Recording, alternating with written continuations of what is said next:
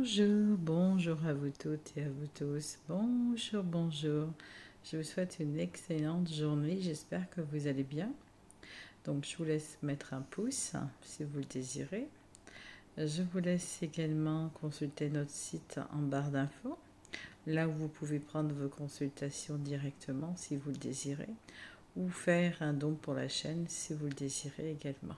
Donc, vous retrouverez en barre d'infos toutes les informations pour faire un don pour la chaîne ou alors pour prendre vos consultations directement ou pour prendre une séance de plomb, plusieurs séances, comme vous le souhaitez. Ensuite, vous pouvez suivre directement nos vidéos. Bienvenue à vous toutes et à vous tous. Aujourd'hui, je vais vous parler de vos vies antérieures. Je vais vous parler de vos vies antérieures, le fait de revenir sans arrêt, le fait de souffrir, d'être amené à pourquoi revient-on, comment ça se fait, et puis nous allons faire une méditation surtout sur ces vies antérieures que vous avez pu avoir. Nous allons chercher à savoir le pourquoi du comment vous êtes en cet instant précis, dans ce pays, dans cette ville, dans ce lieu, dans cette famille, ou marié, pas marié, etc. Voilà, donc la première chose, vous savez que ce sont nos désirs qui nous ramènent dans le monde matériel, dans ce monde d'illusions. Ce sont nos désirs. Désir de retrouver telle et telle personne, par exemple votre père ou votre mère ou vos amis aussi, également, avec qui vous étiez très proches. Puis vous avez tellement le désir de les retrouver que ça va être ancré en vous-même, les sentiments de se dire j'aime ces personnes, je veux être à côté de ces personnes. Ça peut être vos amis que vous allez prendre comme parents, ou vos parents qui vont devenir vos amis, ou votre mari qui va devenir votre père, etc. C'est tellement, on va dire, prenant à l'intérieur de vous, le fait de vouloir retrouver telle et telle personne va vous emmener dans l'incarnation. Bien entendu, vous allez devoir choisir un pays, une langue. Vous allez vous dire, encore des enseignements à l'école, encore une langue, encore du travail à faire. Moi, je peux vous dire que je me suis dit ça. Encore une nouvelle langue, encore du travail. On n'arrête pas de travailler dans nos vies et dans celle-ci aussi.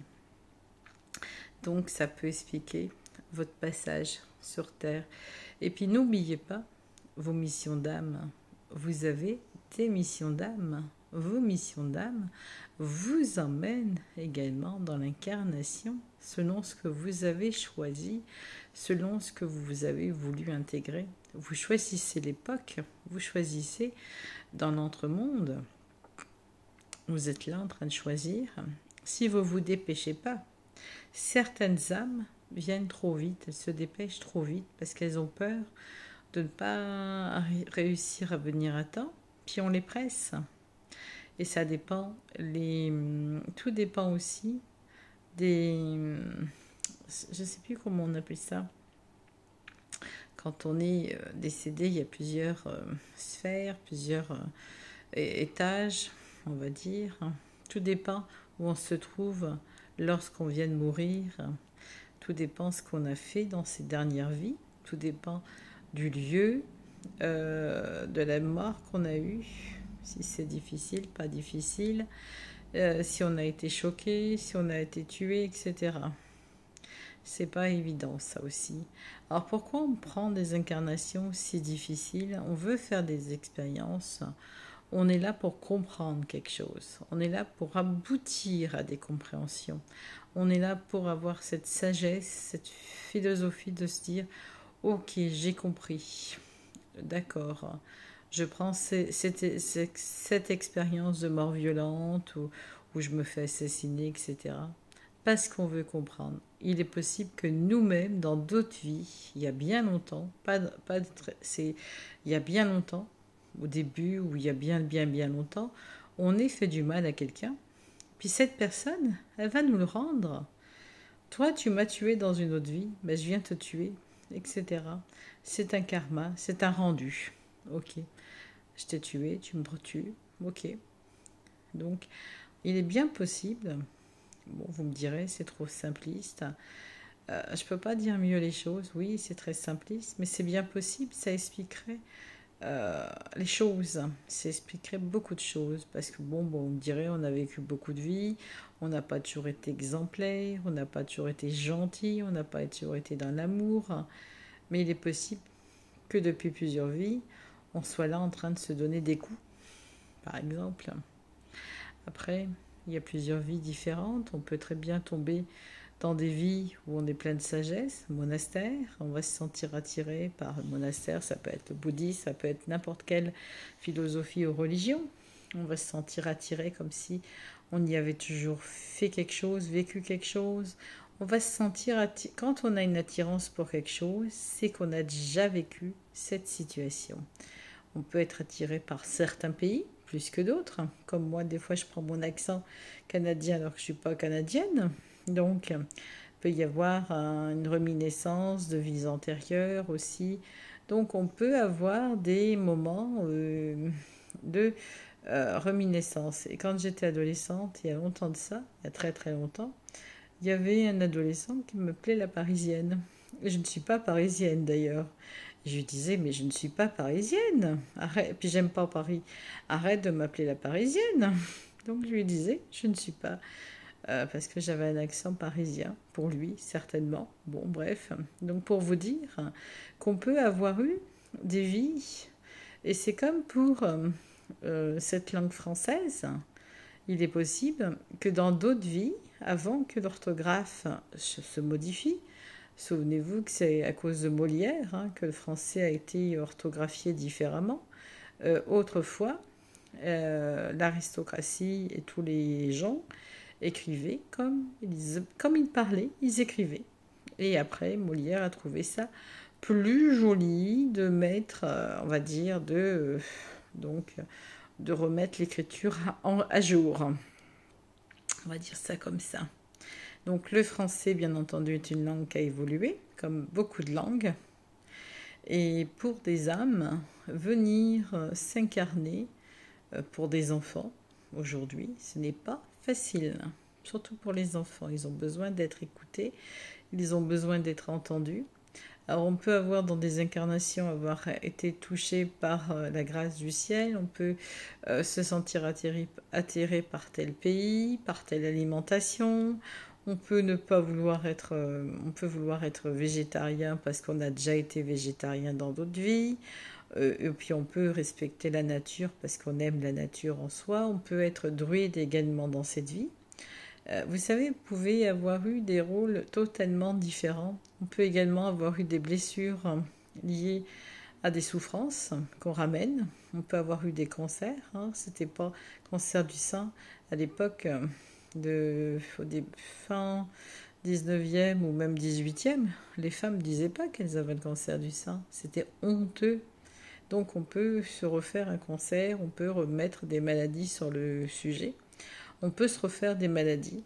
Ça, c'est des maladies, c'est à l'infini. On peut être mort de la peste. On peut avoir eu plein de choses.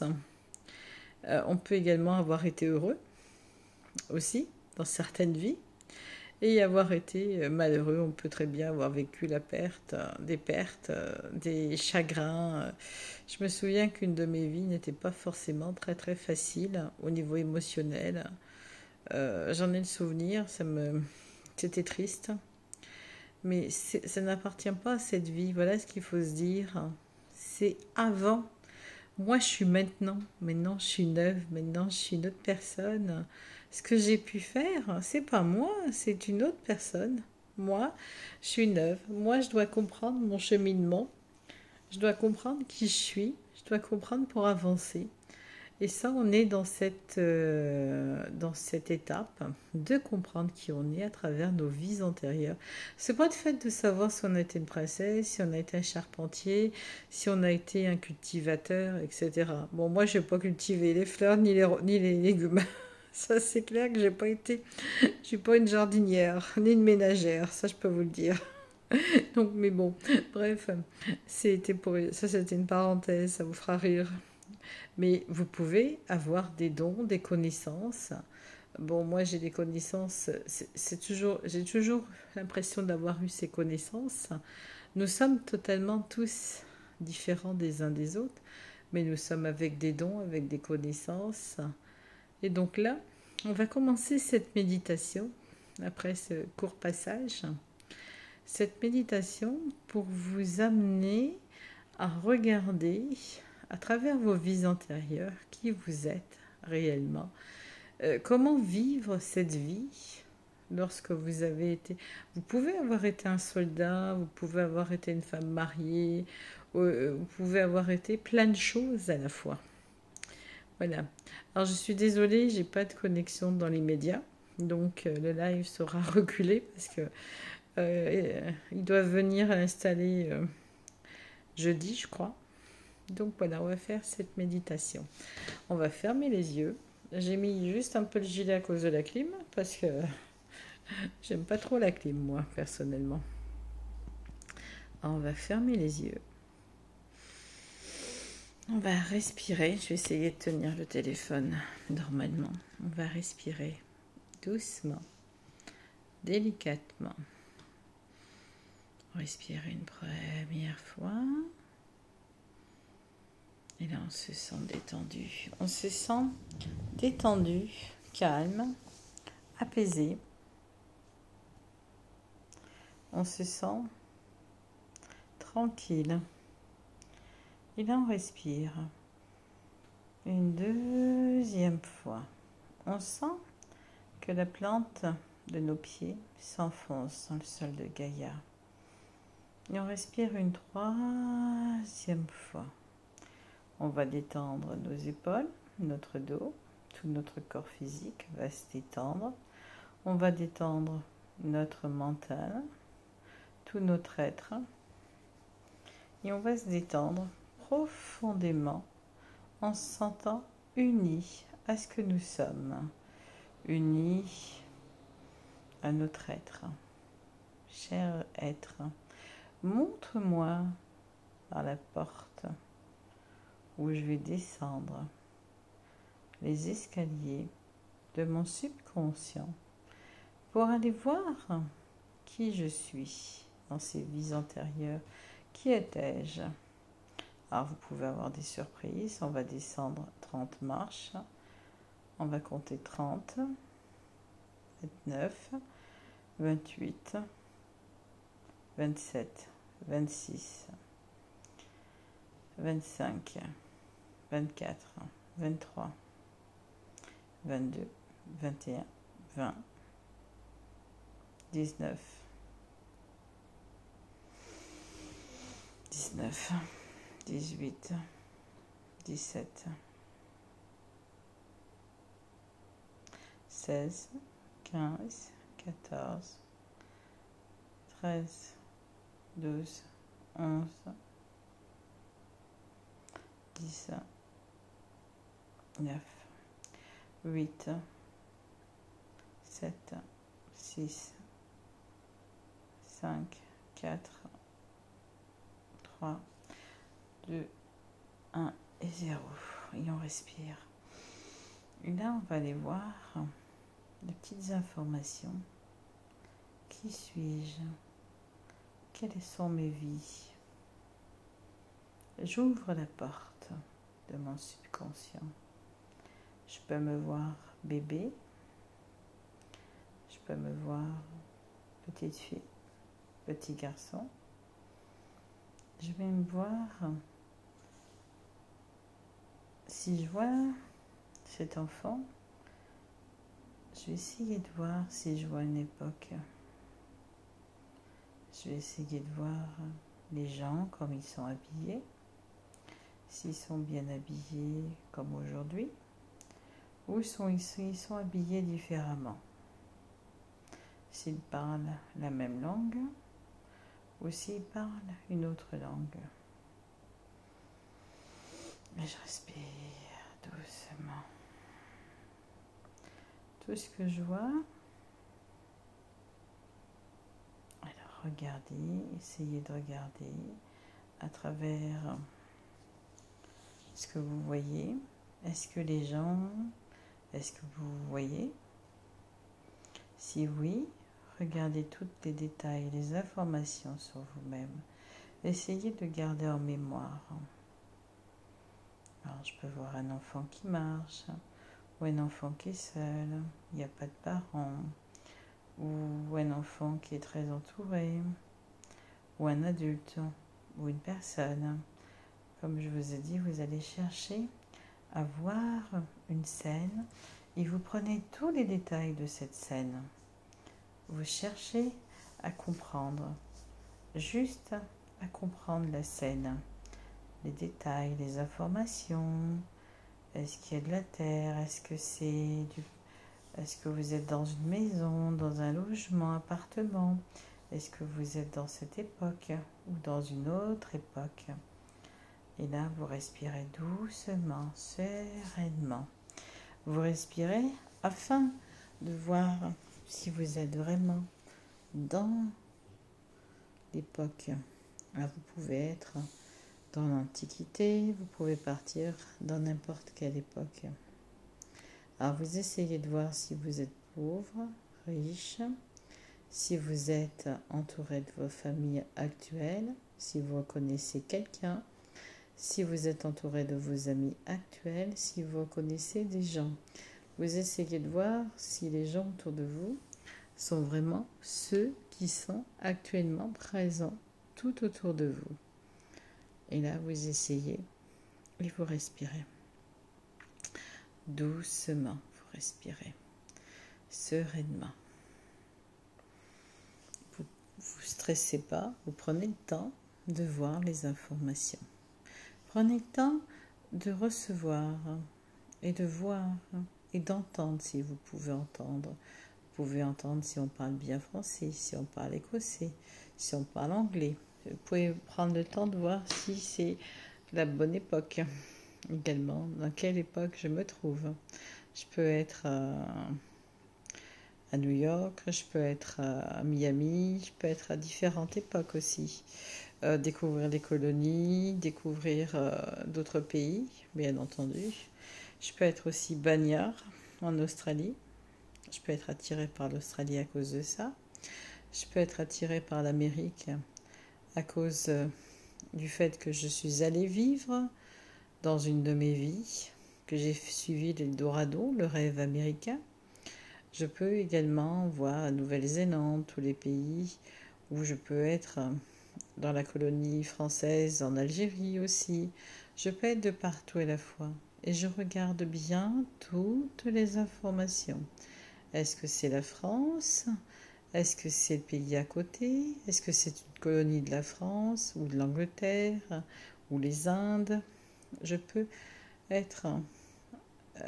puis vous pouvez avoir plusieurs vies à la fois, attention. Vous pouvez très bien avoir une vie, deux vies, trois vies d'un seul coup qui se précipitent. Et ça, vous allez voir, ça va vous... Certainement que vous allez en rêver cette nuit. Cette nuit, quand vous allez vous coucher, il est possible que vous fassiez un rêve là-dessus, que vous soyez dans une autre vie et que vous voyez des informations qui vont arriver. Ça peut se faire, ça peut être... Ça serait assez marrant, on va dire, cocasse, mais ça peut arriver. Hein. Ça m'arrive fréquemment d'avoir des informations comme ça le matin en dormant ou la nuit, et puis d'un seul coup, pouf. C'est assez intéressant. Mais c'est pas pour dire qui j'ai été ou le rôle que j'ai fait. Non, c'est surtout c'est qui je suis réellement par rapport à ça. Qui suis-je? Vers où je vais? Donc voilà, le principal, c'est pas de se dire oh bah tiens, j'ai été reine d'Écosse ou j'ai été reine d'Angleterre ou machin ou bidule. Non, on s'en fout de ça. Le principal, c'est de savoir pourquoi j'ai autant de souffrance. Pourquoi je ne me reconnais pas? Qu'est-ce qui s'est passé? Qu'est-ce que j'ai pu vivre? Est-ce que j'ai vécu sur d'autres planètes? Également, ça peut être intéressant, ça aussi.